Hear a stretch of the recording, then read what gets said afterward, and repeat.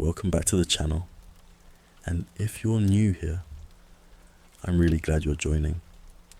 Tonight's story takes us to a secret corner of history you probably never imagined. The official accounts speak only of brilliant scientists, complex machinery, and tense meetings at Los Alamos. But there were hidden engineers working behind the scenes. Engineers so small, so clever, and so mysterious that almost no human ever knew they existed. Yes, I'm talking about the Goblins who secretly assisted in the Manhattan Project. If you enjoy stories like this, leave a comment telling me whether you'd like more stories per episode or longer single tales. I'm always curious about your preferences. Let's dive into the hidden world of Goblin ingenuity and scientific marvel. It was 1944 in the desert of New Mexico. The sun hung low in the sky, casting a red-orange haze over the research facility. At first glance, Los Alamos seemed like any other military installation. Rows of barracks, watchtowers, and labs bustling with human scientists. But behind reinforced doors and concealed tunnels, a different world thrived. Here, goblins of varying sizes, shapes, and temperaments scuttled through the shadows. They were brilliant, far beyond human understanding in some respects, and yet unpredictable. Their leader, a goblin known only as Grindle, had been chosen for his unmatched precision and inventive mind. Standing barely over 3 feet tall, with emerald green skin and wiry limbs, he carried an aura of authority that even the human supervisors respected, though very few ever met him in person. His eyes glimmered with intelligence, and his hands moved with such dexterity that he could assemble, disassemble, and recalibrate miniature components faster than any human technician. The goblins' tasks were varied. They built miniature prototypes of the nuclear devices, performed highly detailed calculations by hand, calculations that would have taken humans months, and devised experimental machinery capable of precise fission tests on a scale too delicate for normal scientists. They worked in dimly lit chambers, their presence concealed by clever camouflage, both magical and mechanical, that made their existence invisible to most humans. Only the top-ranking scientists knew that these creatures were behind some of the most critical breakthroughs of the project. One of the most memorable days in Los Alamos history involved the calibration of a small, critical reactor component. Human engineers had attempted for weeks, adjusting rods and circuits, yet the reactor's efficiency remained inconsistent. The goblins arrived under the cover of night.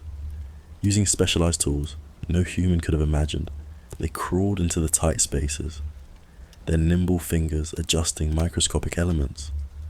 By morning, the component hummed with perfect efficiency. The humans, unaware of who or what had achieved it, marveled at the seemingly miraculous results. The goblins were not without their quirks.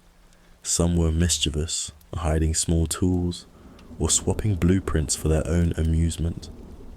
Others were fiercely loyal to Grindle and the project, refusing to speak to humans except when absolutely necessary. Their language was a series of clicks, whistles, and gestures, but a few sympathetic scientists had painstakingly learned enough to communicate basic instructions. These exchanges were often tense, full of misunderstandings and humorous missteps, but always productive. Rumors among the human scientists began to circulate. Tools would vanish and reappear in unexpected places. Calculations that should have taken weeks were inexplicably completed overnight. Strange footprints appeared in dust-free labs, tiny and oddly shaped, disappearing before anyone could investigate.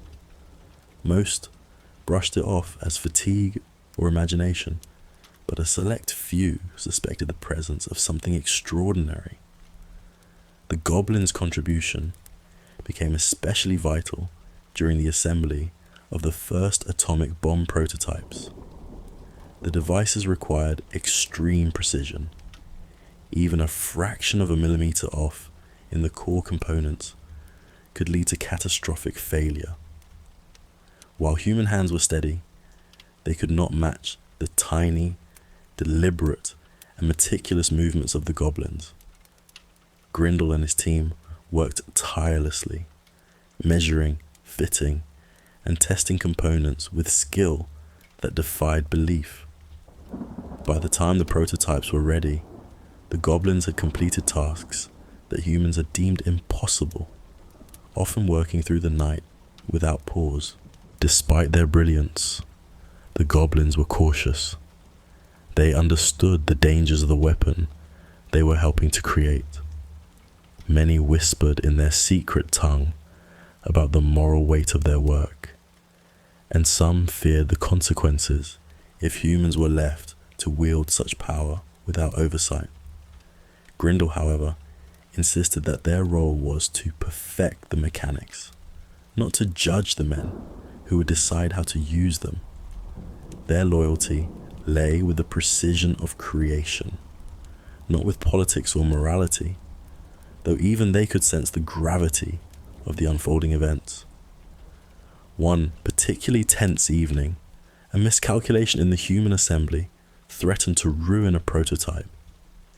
Engineers had accidentally swapped two critical components.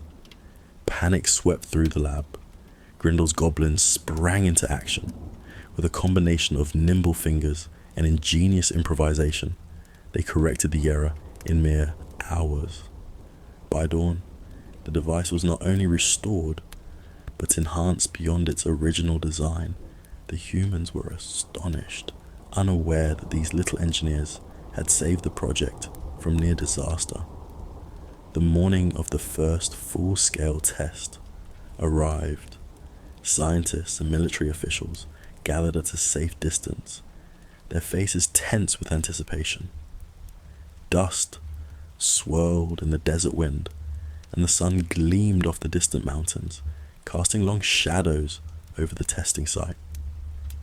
Hidden beneath the tents and scaffolding, Grindle's goblins moved silently, checking final calibrations on the miniature instruments that humans would never even notice. Their tiny hands adjusted levers and dials, their eyes scanning the intricate machinery for the faintest inconsistencies. Lyric, a young goblin apprentice, trembled slightly. This was his first time being so close to a device of such immense power. Grindle placed a reassuring hand on his shoulder, the rough texture of his green skin contrasting with the delicate instruments they held. Focus, Lyric. Every detail matters. This moment will define not only the human's future, but our place in it. Lyric nodded, swallowing his fear. He had been trained in secrecy for years, learning the nuances of atomic physics and mechanical precision from older goblins who had perfected techniques lost to human memory. Every step, every adjustment was performed with the knowledge that failure could mean death, not just for humans, but for the delicate ecosystem of goblins hidden beneath Los Alamos. Meanwhile, above ground, Colonel Daniels paced nervously. He had been briefed on the existence of unusual miniature engineers, but skepticism lingered. Could tiny creatures truly handle tasks that had eluded the greatest human minds?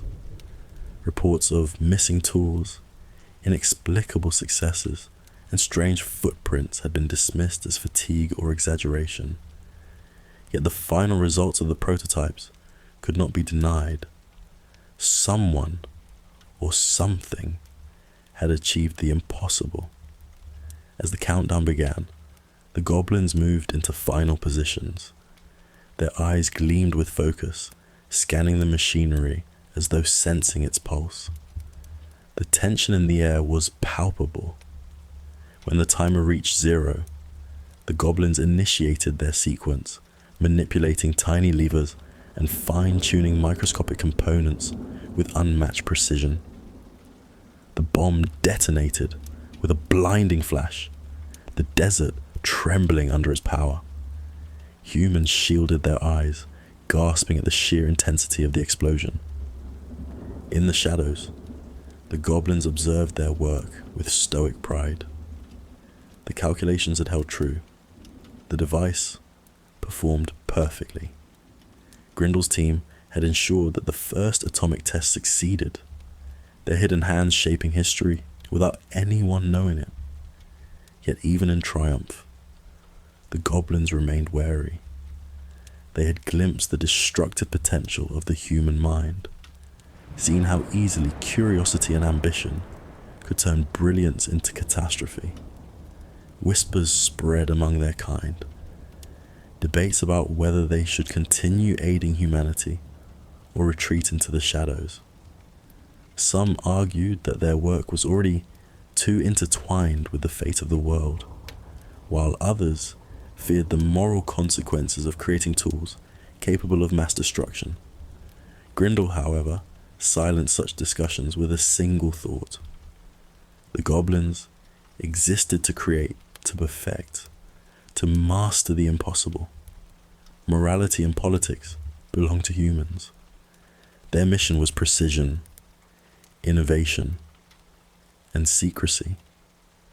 As the desert wind swept away the smoke and fire, the goblins retreated into their hidden chambers, leaving only the echoes of their tiny, tireless hands on the instruments and the faint traces of their presence on the lab floors. Months passed.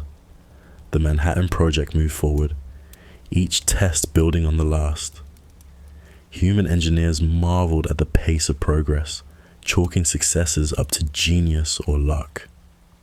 Goblins worked quietly beneath, their whispered clicks and movements hidden from prying eyes. They adjusted, repaired, and perfected with uncanny foresight, ensuring that every design flaw was corrected, every calculation verified. They became silent guardians of the most dangerous secrets the world had ever known. There were moments of tension. One evening, a human technician discovered a hidden tunnel and glimpsed a pair of glowing eyes staring from the shadows. He froze, uncertain whether he was seeing a trick of the light or some unknown creature. Before he could react, the goblins vanished, leaving no trace. Stories circulated, dismissed as hallucinations or desert mirages, yet the few who truly glimpsed them knew something extraordinary was working in secret. As the war drew to a close and the first atomic bombs were prepared for deployment, the goblins faced a choice. Their mission, as Grindle saw it, was complete. Their hidden engineering had ensured that the humans' designs were flawless, that the weapons would function as intended. But exposure could mean their end, either through discovery or exploitation. One by one, they vanished into hidden chambers, secret tunnels, and magical cloaks of invisibility, leaving behind the quiet, empty labs that now bore only the faint echoes of their genius. Humanity would never know the truth. Historians would study documents, photographs, and eyewitness accounts, unaware that the precision of the Manhattan Project had been secretly enhanced by clever, unseen hands. The goblins' contributions remained classified, buried in both official records and myth. Yet their legacy endured. In every successful test, in every flawless calculation, and in the whispered stories passed among their own kind about the night they shaped history from the shadows. Grindle himself remained in the hidden chambers the longest, ensuring the final devices were perfected. Only when the bombs were shipped did he retreat, turning to his apprentices. "Remember," he said, voice firm, "our work is finished, but never forget what we have done. History will never know, but the world is better because of it." Lyric, now fully trained and confident, nodded. "Will they ever know we were here?" he asked. Grindle smiled faintly, his sharp teeth glinting. "Perhaps not, but that is the nature of true genius. It is never for recognition. It is for the work itself, and for those who survive because of it." And so the goblins faded into legend. The desert remained quiet, the laboratories empty, and the human scientists carried forward, oblivious to the tiny engineers who had guided their hands. History would remember only human names, but in the hidden annals of the world, the goblins' brilliance had quietly shaped the course of events, leaving behind a secret legacy that would never be discovered, except, of course, in stories like this one,